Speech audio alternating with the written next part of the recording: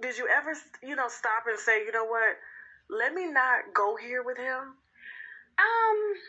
Because he is married and he has a situation. I mean, did he lead you to believe that he was going to leave his wife? He did not lead me to believe that he was going to leave his wife. He always felt guilty for the situation that he put her in. At first, when me and Martell really started bumping heads, it was when I was trying to walk away, get out of the situation, and he was not trying to leave her and not trying to leave me alone. And I'm like, okay, well, because I never asked him, I never pressured the issue, I never was like, leave her, until I realized that he was not trying to leave me alone. So, when you found out he was married, like, what was that conversation like? How did you find out within the 9 months before you guys actually got intimate? What was that like? How did it go? I was hearing little things, so I just asked. He told the truth. We talked about it, and that was it. What did he tell you? Was it the standard, we're together, but things aren't good? He didn't even give a lot of detail. And it's my fault for continuing a relationship because... well, you're not married. Right. But now, 20-year-old Arionne. Okay. Oh, he's pursuing me. I'm thinking, whatever. 30-year-old Arionne, I just feel like it's a fine line that us as Black women should have respect for one another. Just period. I do feel like I'm not married. I do feel like I did not ruin their marriage. I was not inside of their household. But at the end of the day, I still feel like just respect for women, period. If you're in a situation, if she's in a situation with somebody, just leave it alone. But that came with, time. Like, all that I've been through, now I can say that. Okay. I never asked him to leave his wife for you. I never asked him to leave his wife for me, but when I realized that I was trying to break away from him and he was not trying to let go, that's when I was like, well, if you're so unhappy, leave her. I have said that before. But I never, pressured the issue. I never forced him to. I never felt like I couldn't get another man, Tasha. I'm young. I don't feel like I'm not an attractive woman. So Martell staying at home with his family or whatever he wanted to do, I was always fine with that. I, too, was raised in a two-parent household. So I used to have conversations with him about, the kids being raised, in two-parent households. I understood that completely. I was never pressuring the issue, ever. I have never pressured him. Did you love him, or was he more a convenience factor? Which means, because Martell can afford somewhat a lifestyle to where it could keep you a woman quiet and okay, and being that you are young, you're a single mom, was it convenient to date someone who was married, who wouldn't mind splurging on you, per se, the purses, the bags, the trips, the cars, I would say it was convenient, but it was never, that's not what I was in it for. Okay. I just feel like I end up getting caught up because of me and Martell's connection. But I'm not going to say I was just in it for that. But Martell was good to me. He helped me out a lot. Yeah. When you say help you out, how? He helped me out a lot. We're going to leave it there. No, we're here for the tell-all now, girl. Please. No, we need to know, child. Because, they're trying to put it out it wasn't, especially him, it wasn't like that. But, for somebody to have a baby with somebody, that's... But, for me to have a child was, and I don't want to say it just kind of happened, but it did just kind of happen. This wasn't your first time being pregnant by him? No, it wasn't my first time being pregnant by him. How many times were you pregnant by? Twice. And did he pay or you paid for the... One time I miscarried. Okay. I apologize about that. But the second time, he paid. Okay. And he didn't force me. It was my decision. I made that decision. At the time, we were pregnant at the same time. You and Melody? Mm-hmm. With her baby before the last baby? Mm-hmm. We were pregnant at the same time. Wow. I think this is the first time that, this is coming out. Mm-hmm. I did not destroy a marriage, Tasha. Well, People can say that I destroyed a marriage, but I'm saying I did not destroy a marriage. From their perspective. Okay. I know what it was between you. Right, and it's still a wrong perspective. Like, let's talk about that, because I don't feel like I destroyed a marriage. I felt like it was a married man who was persistently pursuing me. Not the other way around. But you didn't take any vows, and so exactly. I do get that. And what goes on in somebody's household between those two, because obviously when he stepped out to come and talk to me, it was already problems. So at that point, it was destroyed. Am I right or am I wrong? I wouldn't say destroyed until they're divorced. Okay. So they're divorced now, because a lot of times men do go, or women do go and try to run, seeking solace in other people, thinking that it's going to fix what they have going on, but nothing is fixed until you I feel like I did. I used to tell Martell, I was a pacifier for him. Yeah, you were. I pacified him. And that's what I mean about, that goes back to my question, do you feel that you really truly got to know him? Because a lot of times when you date someone and they're not with you full time.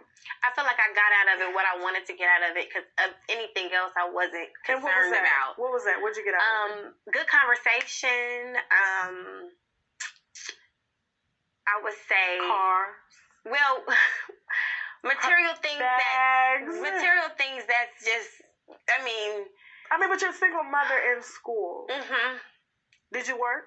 I did work. I always worked. Okay. I have always kept a job. But did he make it easy for you not to have to struggle? He did make it easy for me not to have to struggle. Okay. Mm-hmm. So you got something out of it. Yeah. But it's not Martell knew what the fuck it was. You understand? Right, like, exactly. But you it's can't still... come trying to fuck a young girl and not pay bills. What I got out of it is not worth the public humiliation that they have tried to portray on a national TV show. Well, what about your baby?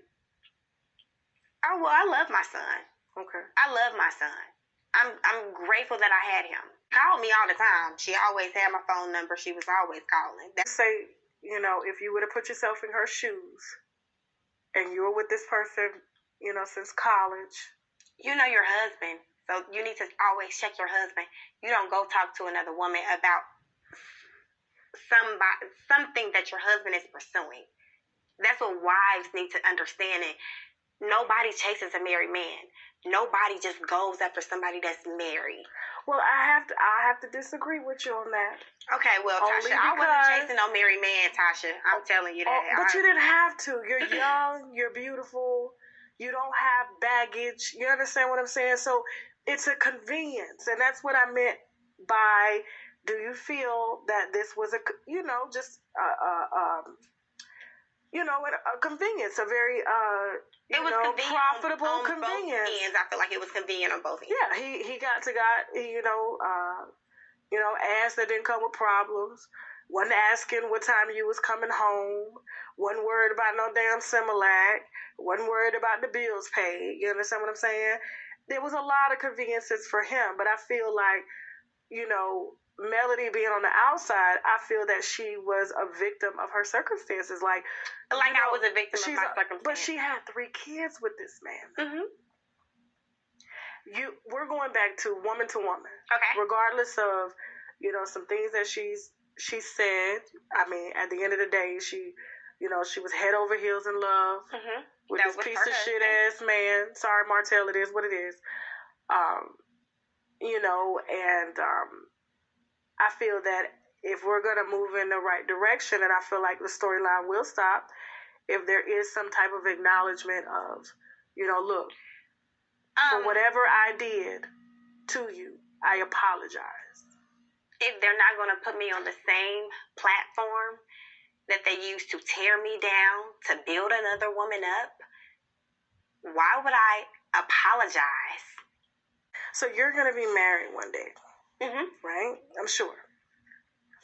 And you want to be married?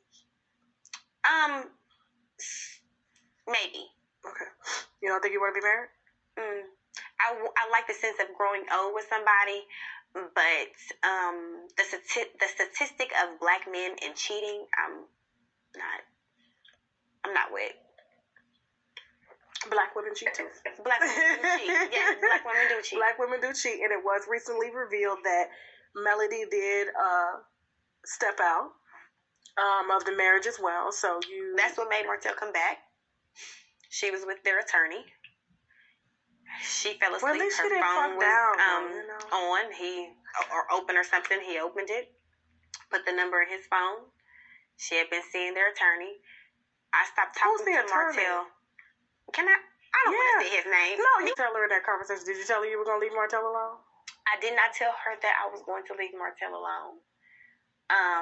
Do you think that's what she wanted to hear? Maybe so, but it was never me pursuing him. We ain't even about to do that. She would know. We do know, insecure ass Martell, you were not the first nor the last, and I'm sure that he'll probably end up marrying some young woman because older women won't want to fuck with him at all. He's got too many children at this point. And it's I don't think that he would want an older woman anyway. No, I mean, he would want a young girl. He could just buy her a purse and tell her to shut the fuck up. You know what I'm saying? Okay, Martell was a good man. He is a good person. He is. I'm sure. He is. And I've seen you speak very highly on him. Martell's a good man. The clips that I see on TV is not the Martell Holt that I know. Okay. Not at all. So what if he did come back and pursue you? Would you give him another chance? Would you marry him? Would I marry Martell? I feel like Martell needs counseling. So that's not a no. That's not a yes, Tasha. But that's not a no either. Because if you didn't want to marry somebody, you would be like, no. I mean, okay, not marriage, but we are going to be very, very good co-parents. We were always good friends. Okay, co-parents with benefits. Not co-parents with benefits. Not co-parents with benefits. Okay. I am a one-woman. Like, for my man, like, I don't sleep around. I don't do all that. But you don't mind your man sharing? I mean, don't say that, Tasha. All right. Don't say that. And thank you so much. This is the hard advice that we've got for the women that are watching this video. What is it, if you find yourself in this situation, what should you do? Well, I think you should... If you're actually interested to pursue something longer term with them, then I think you should cut contact. Yeah. Right? And not be in a dynamic that allows them to basically keep you in their life, have a certain level of connection, maybe sexual connection, but they're not really saying yes to you. Right. So by you cutting contact or you actually withdrawing yourself from the dynamic, you can say, look, I'm open to you. I would love to be with you. And if you ever decide that you want to actually leave your marriage and pursue this, like, I'm actually open to that. Yes. But I don't want to contribute to this dynamic. You've got something that you need to figure out over there. Yes. And to let that do what it needs to do. You know, and there's a risk that in doing that, you may find out that actually they were never intending to leave their wife, or that they don't want to. But at least we're in the truth. Yeah. Then, however hard that is. Yeah, and something that speaks a little bit to the character as well of the way that you enter into a relationship, the character of this guy. That's really important to track. I work with a lot of women and men going through breakups, and a story that I hear all too often is the relationship is ending, and the way that it started was that they were having an affair together, or there was some type of cheating that happened. That's where the relationship's origin was. Right. And now suddenly, what is happening? There's infidelity again. There's suspicion of cheating, because there's an insecurity that naturally gets built into the foundation where you can't really trust the person, because although you feel completely seduced by who they are being with you, there's that little tickle in the back of your mind that maybe the shoe's going to be on the other foot at some point. Right. And you're going to be the one that he is no longer in love with, maybe once the honeymoon phase dies down. And that insecurity alone is enough to bring down the relationship. Right. So what Jack's saying here is being able to have the courage and the sobriety to back away from the situation and cut things off will allow you to not enter into something that's going to be a lopsided relationship as it is, where there's already a deteriorating foundation, something that's an infection getting built right into the relationship itself. Yeah.